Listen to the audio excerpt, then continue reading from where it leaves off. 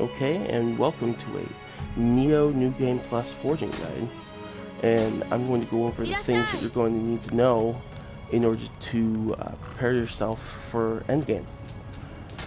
Essentially, when you're going through the game, you're going to want to fill out Tomei's these two items, the sell price markup and the forging cost discount for Tomei, because those are both extremely important for endgame. You're not going to want to get these additional stock and additional special finds, though they might seem appealing early in the game, both of which don't really go anywhere, and special finds you'll never find divine items in.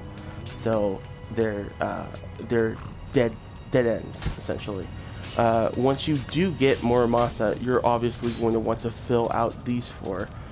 All of them are essential for reducing the cost needed to soul match and forge. Soul matching and reforging is definitely going to take the biggest chunk out of your cash. Now when it comes to forging, you basically just go into Forge, you pick what you want, you of course use the same epic items, and then you can set a number of divine fragments, and that is, you have to be over the forge button and you press triangle. And you can set the number of divine fragments. You're obviously going to want to set the maximum of 10. You don't want to run into the problem of not getting a divine item from this, and it still can happen even with 10, and trust me, it hurts you in your gut when it does. What can happen, and I've had happen to me once, and even after the patch, you can get level 160 gear. I don't know why, I don't know how, all I know is that it is somehow stronger, and it can be upgraded with level 150 gear, so I'm not sure if it's a problem with actually the display, like as if it's a level 150 piece that just looks like 160, or if it's actually got the stats of a 160. I'm not really sure. Now, when it comes to actually upgrading your gear with pluses, like +3, +4, +5, you will find up to +6 out on missions. But the only way you're going to be able to go up and above to the maximum, where +10 is by upgrading items with soul matching. So essentially, let's say you want to upgrade a sword. Like, I want to upgrade this sword. You're going to need two +4s to make it +5. You could burn a +5 to make it a +5, but that's just wasteful. But yeah, two +4s make a +5, and then if I want, and basically you have to continue that cycle to +10 by building up other separate weapons up to 9, so that you can build up your +9 weapon. In order to get started, you cannot actually use items that don't have pluses. When you try and combine them, they will not get a plus. So the first bump up, if you don't have a plus, you're going to need a +1. Now, when it comes to abilities, you can actually have items inherit abilities. So you're gonna need familiarity on both the item you want to put the ability on and the item that you are changing it to. So you see all these items that don't have familiarity. It's not changing it, but look, and it changes it to toughness. You do need both, and it can be time consuming. This is the only part where special finds could be good from Tomei, because she will sometimes give you Nikawa glue, which gives you 150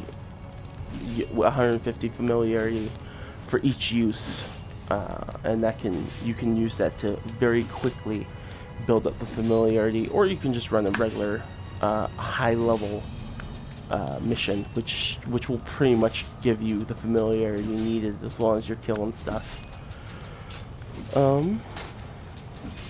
See, here's a good example. Even if you don't fill it, then even if you fill up the familiarity on the item you're burning, you're not going to get the bonus. And that's also like it, as you can see, you can also do it with other items that you're not fully familiarized with. But yeah, um, that's really all you should need to know. Um,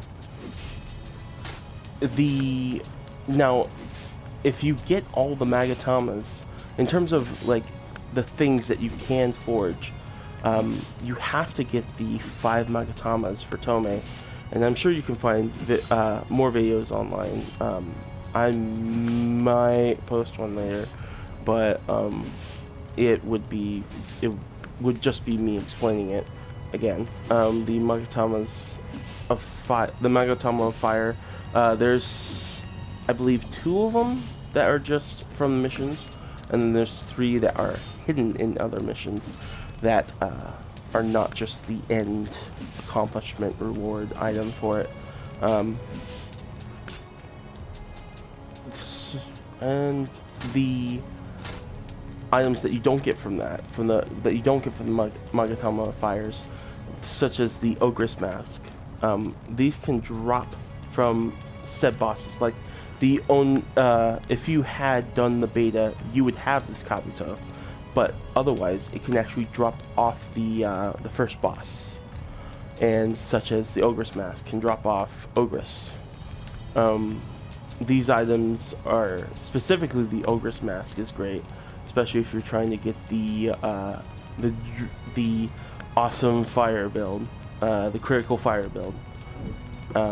This is pretty much, you're gonna need this. You're gonna need the plan, because you're gonna want to make it. It gives the boost to fire damage is pretty essential for that build. But yeah, and that should pretty much even it out. You're not really going to need much.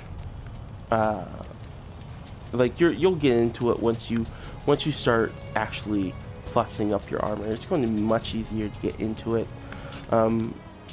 Basically, if you do co-op too, you can.